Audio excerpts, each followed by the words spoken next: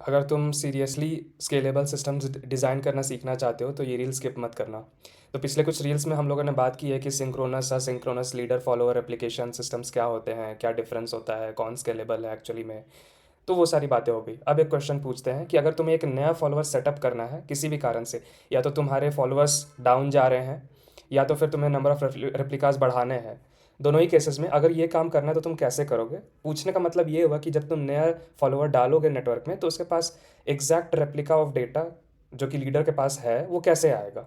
अब अगर तुम्हारा जवाब ये है कि तुम एग्जैक्ट कॉपी बना लोगे एट एन इंस्टेंस लीडर का, तो ये गलत है। बिकॉज कॉपी बना लोगे तो सिर्फ उसी इंस्टेंस का डेटा रहेगा, लेकिन कॉपी बनाते वक्त और भी कुछ राइट्स होंगे लीडर पर, क्योंकि वो राइट्स को तो ब्लॉक कर नहीं रहा है, तो वो सारे तुम्हारे लॉस हो जाएंगे। अब तुम ये बोलोगे कि भाई ठीक है, राइट्स को ही हम ब्लॉक कर देंगे जब तक कॉपी हो रहा है, तब तो तुम सिस्टम की अवेलेबिलिटी ही कॉम्प्रोमाइज़ कर दोगे। तो प्रॉपर तरीका ये होता है कि तुम स्नैपशॉट लेते हो लीडर का, ठीक है। अब वो स्नैपशॉट तुम फॉलोअर को देते हो।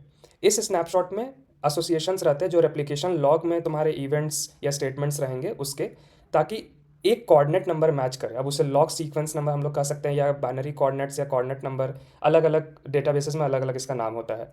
ये एक रेफरेंस की तरह काम करेगा कि तुम लीडर का एक स्नैपशॉट दे दोगे और फॉलोअर को बोलोगे कि ये सारे स्नैपशॉट का डेटा लोड कर लो। अब फॉर द टाइमिंग जो भी लीडर में राइट्स हो रहे होंगे उन सबको भी तो तुम्हें अपने पास लाना है, तो वो रेप्लिकेशन लॉग में होगा। बट रेप्लिकेशन लॉग में तुम्हें वो चाहिए कि कहाँ से तुम्हें डेटा लाना स्टार्ट करना है, कहाँ तक तुमने ऑलरेडी स्नैपशॉट से कॉपी कर चुका है, तो वो तुम्हें उस एलएसएन या लॉग सीक्वेंस नंबर से मिल जाएगा। तो अब देखते हैं यहाँ पे कि कैसे चीज़ें होती हैं। तो यहाँ पे एक टेबल बनाए हुए हैं। मान लो टाइम इंस्टेंस T0 पे तुम्हारा लीडर में इवेंट स्टार्ट होता है कि स्नैपशॉट लेना स्टार्ट हो गया। एलएसएन उसे 100 से मार्क किया जाएगा मान लो। फॉलोअर ठीक है, उसने देख लिया कि स्नैपशॉट बाउंड्री यहाँ पे स्टार्ट होती है।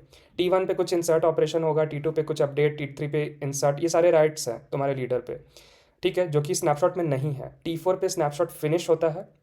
अब एलएसएन में तुम्हारा 104 रहेगा, ठीक है। अब रेप्लिका जो है, जो फॉलोअर रेप्लिका है, वो लोड कर लेगा अपने पास स्नैपशॉट को। लेकिन ये जो 101 102 103 वाले इवेंट्स हैं, जो भी ट्रांजैक्शंस है, वो उसके पास नहीं होंगे, ठीक है। मान लो T5 पे एक और राइट ऑपरेशन हो गया, तो अभी ये चारों ऑपरेशन से लैग कर रहा है बेसिकली तुम्हारा फॉलोअर रेप्लिका।